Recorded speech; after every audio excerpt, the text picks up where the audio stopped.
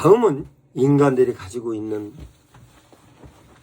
감각 중에 아주 힘들게 하는 감각 중에 하나인 권태감입니다. 할 일이 없을 때 느끼는 감정입니다.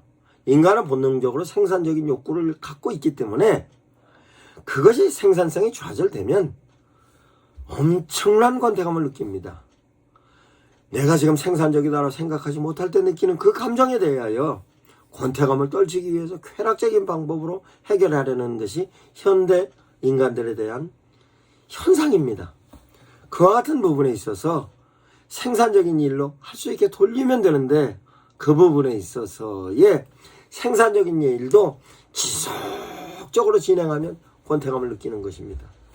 그런데 현대 사회에 있어서의 사회 구조는 시스템화 되어 있어서 그 시스템을 통하여 자기가 맡은 분야에 있어서만 전적인 면에 있어서 전문가가 되게 합니다.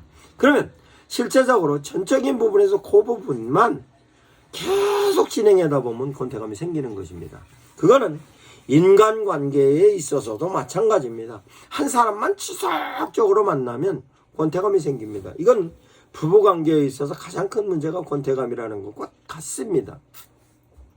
뿐만 아니라 생산적인 일을 함에 있어서도 상호간에 있어서 서로 교제를 하면서 서로 피드백을 해주면 권태감을 덜 느끼는데 그거를 실제적으로 고립감으로서의 시스템에 계속 갇혀 있으면 그 권태감은 엄청난 부분의 위압감으로 작용하는 것입니다. 이것이 실제적으로 어떤 상품을 생산해내는 데 있어서도 그 생산력을 높이기 위해서 자동차와 같은 경우 컨베이어 벨트로 지나가면서 다이아를 조립하는 사람은 다이아를 조립하는 거, 문짝을 다는 사람은 문짝을 다는 거, 조립 라인에 서 있는 사람은 조립 라인으로 샤시를 조립하는 사람은 샤시, 보디를 조립하는 사람은 보디, 하루 종일 그 일만 하는 것입니다. 그것은 생산성에 관련된 모든 부분에 있어서 효율을 높이기 위해 그와 같이 진행합니다. 그것은 온라인에서도 마찬가지고 오프라인에서도 마찬가지입니다. 그러면 그 권태감을 어떤 방식으로 해결해 줘야 하는가에 대한 것이 실제적으로 사회에서 복수적인 관점에서 접근을 하기도 하고 뿐만 아니라 그 부분에 있어서의 종교적인 관점에서도 접근을 합니다. 그러면 어떻게 해야 하는가? 실제적으로 내가 현재 하고 있는 부분에 있어서의 일이 단순하다 할지라도 거기에 가치를 부여해주면 보다 권태감을 탈피할 수 있습니다. 그 권태감을 탈피하기 위해서 쾌락으로 돌아가는 것보다 권태감을 탈피하기 위해서 실제적으로 어떤 보람 있는 데 대한 내용으로서 넘어가면 거기에 따라서 권태감을 탈피합니다. 즉 내가 생산하는 용품이 어떻게 사회에 기여가 돼 있고 내가 생산하는 상품이 실제적으로 그거로 인하여서 사회의 발전적인 요소로 적용한다는 것으로 스스로 갖고 있는 업무적인 부분에 있어서의 가치를 찾으면 그 가치를 통하여서 권태감을 탈피할 수 있는 것입니다. 그런데 실제적으로 이 권태감을 탈피하기 위해서 쾌락적인 요소로 돌아가면 실제적으로 쾌락 이후에 있어서의 엄청난 허무감이 권태감을 가중시킬 수 있는 내용으로 오는 겁니다. 그래서 일에 대해 권태감이 굉장히 높은 사람일수록 아주 강도가 센 쾌락적인 욕구로 찾아갑니다. 그래서 운동을 세게 한다든가 아니면 아주 독한 알코올을 먹는다든가 이에 관련된 거로 심지어는 마약을 복용한다든가 이와 같은 데 낸 내용으로 권태감을 해결하려고 합니다. 그것은 자기 스스로 가치를 포기하는 쪽에 대한 내용으로 당신 스스로가 운동을 심하게 한다든가 내지는 알코올을 심히 먹는다든가 이에 관련된 것으로 자기 스스로의 위안을 받으려 하는 것은 쾌락적인 면에 있어서는 절대로 위안이 안 됩니다. 그 위안은 실제적으로 인간이 갖고 있는 조정의 내에 에너지가 소비가 되는 것은 연민의 내의 외부로서의 위로와 격려를 통한 연민으로서 에너지가 유입이 됐을 때만 실제적으로 내가 행복감을 느끼고, 행복감을 느끼는 것은 조정의 내의 활동을 통하여서 생산성이 높여지는 것으로서 창조력과 생산성과 추진력으로 내 스스로 가치가 업되는 겁니다. 그것은 효과적인 방법은 관계를 유지하면서 그 관계에 관련된 내용으로 실제적으로 사람들과 함께 그 놀라운 내가 어떤 가치로서 저에게 내가 스스로가 지금 현재 처해 있는 것에 관련되고 가치가 우선인 부분으로 권태감을 생산성의 내용으로다가 보다 높은 가치의 개념으로 정리를 하면 실제적인 부분에 있어서의 권태감은 해결할 수 있는 것입니다. 여기에 그러면 실제적으로 내가 권태감과 무력감과 고립감을 갖게 하는 가장 근본적인 요인은 무엇일까? 무가치감입니다. 무가치감. 이 무가치감은 가장 최악적인 내용이 돈으로 평가되는 부분에 있어서의 나인 것입니다. 그러면 실제적으로 내가 생산성에 있어서의 놀라운 내가 가치를 소유하고 있다 할지라도 그 부분에 있어서의 모든 사람들이 필요한 내용이라 할지라도 생산적인 가치가 소유적인 부분에 있어서의 비교가 되면 참으로 내가 갖고 있는 그 가치가 무가치감으로 느껴지는 것입니다. 이 가치감, 이 무가치감은 사람들과의 관계에 있어서의 어디에서도 적용합니다. 가정에서도, 직장에서도, 사회에서도 모든 사람들이 현재 느끼고 있는 인간적인 가치보다는 내 스스로 상대방에 평가받는 데 대한 가치로 참으로 엄청난 불행감을 초래하고 있는 것입니다. 그것은 경제적인 한계성을 가치로 보는 사람이 느끼는 최고로 힘든 가치입니다. 이것은 모든 사람이 돈으로 해결한다는 사회적인 의식이 이와 같은 무가치감을 만들어 놓습니다. 이 무가치감을 성경에서는 무가치감에 관련된 내용을 소유가치에서 존재가치로 돌려놓습니다. 그래서 실제적으로 옥합을 깨뜨려서 예수님의 발을 씻겨주는 마르다의 행동을 보고 가룟 유다가 소유가치 내용으로 설명을 합니다만 예수님은 존재가치로 설명을 합니다.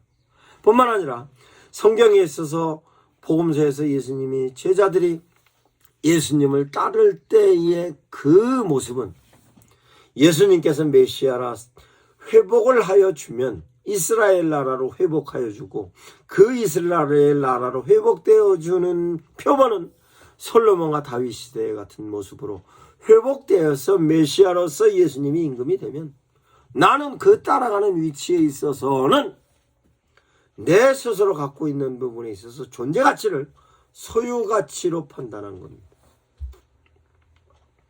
그 부분을 예수님께서 책망하시고 실제적으로 예수님의 모든 소유가치적인 내용은 당신께서 스스로 보여주십니다. 이것이 바로 가치를 소유가치를 존재가치로 무가치감에 대한 내용을 가치감 있는 내용으로 사람을 바꿔주는 것입니다.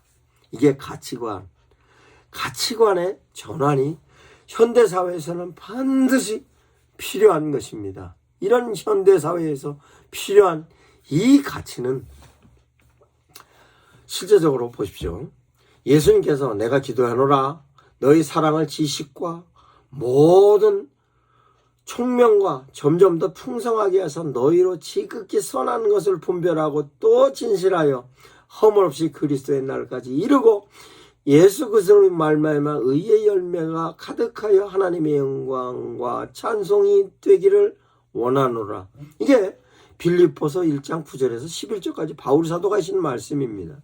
근데 중요한 것은 여기서 추구하는 데 대한 내용을 보면 의의 열매가 가득한지는 내용으로 표현을 하고 그것은 그리스도로 말미암아 의의 열매에 관련된 내용으로 얘기합니다. 이것은 무감각하고 무가치감이 아니라 너희들이 가치 있는 너희들의 모습으로 설명을 합니다. 이 내용은 내가 스스로 무가치감을 가지고 있으면 회의감이 생깁니다. 이 회의감이 극대화되면 사람들은 엄청난 위기가 처해지는 것입니다. 실제적으로 회의감은 사람들의 삶의 의미를 상실할 때 생기는 가치감입니다. 가치관이 감정으로 옳고 그름에 관련된 분명 가치가 막 흐려지는 겁니다. 이 흐려지는 데 대하여서 내가 어떻게 해야 하는가에 대한 것이 실제적으로 사회에서 제시하고 있는 정의, 사회에서 제시하는 윤리, 이런 부분에 있어서 막 혼돈이 됩니다. 근데 이 혼돈은 어렸을 때부터 출발을 시키는데 그 출발점이 경쟁으로서의 얘기를 하니 실제적으로 내가 경쟁적인 요소로서의 내가 경쟁에 뒤처진다면 엄청난 회의감을 느끼는 겁니다. 그 회의감은 고립감, 무가치감, 권태감, 이와 같이 회의감이 막 섞여서 돌아가면 거기에서 느끼는 부분은 엄청난 중압감으로 사람이 살 수 없는 형편까지 가는 겁니다. 이 내용은 현상으로 놓고 보면 사회 돌아가는 상황은 엄청나게 복잡하게 돌아갑니다. 그 복잡하게 돌아가는 건 시스템으로 돌아가기도 할 뿐만 아니라 실제적으로 사회에 돌아가는 유기체적에 있어서의 경제적인 부분을 우선적으로 얘기하니까 실제로 경제적인 부분에 있어서의 내 스스로가 소유가치로 생각하고 있는 사람을 경우에는 현재 내가 갖고 있는 소유보다 더 많이 소유하고 있는 사람을 향하여서 상실감을 느끼기도 하고, 뿐만 아니라 내가 활동하는 데 있어서 경제적인 제약을 받으면 상실감 느끼고, 이 상실감은 그대로 회의감으로 이어져서 그 회의감이 바로 실제적으로 엄청난 반감으로서 만들어지는 참으로 안타까운 만들어지지 않을 감정이 만들어지는 것이 도덕성이 탈피가 되는 겁니다. 도덕성이 탈피가 되다 보니까 사회에 있어서의 윤리가 막 땅에 떨어집니다. 이와 같은 모든 내용이 고립감, 무력감, 가치가 저하되는 부분, 이와 같은 모든 내용이 다 유기체적으로 돌아갑니다. 이거에 대한 대안은 반드시 스스로 갖고 있는 부분에 있어 가치관을 올려야 하는 것입니다. 그 가치관은 오로지 소유가치보다는 존재가치로 내가 어떤 존재인가로 출발점에서 시작하는 것이 종교입니다. 그런데 실제적으로 종교에 관련된 내용이 역사적인 내용을 분석해 보면 종교는 실제적으로 지배계층에서 피지배계층을 통제하고 지배할 때 작용했던 내용이 대다수입니다. 힌두교의 카스트 제도의 경우에는 윤회에 관련된 내용으로서 상위계층에 있는 사람이 하위계층에서 충성을 다하는 것을 선과 도덕으로 설명을 하여 현재 가장 아름다운 모습이라고 하는 것이 충성으로서 그 충성을 얼마나 잘했느냐에 따라 다음 생에 태어날 때 너의 위치가 달라진다는 지도 이념으로 지배 이데올로기로 썼습니다. 우리나라에 있어서 조선시대의 유교도 마찬가지였습니다.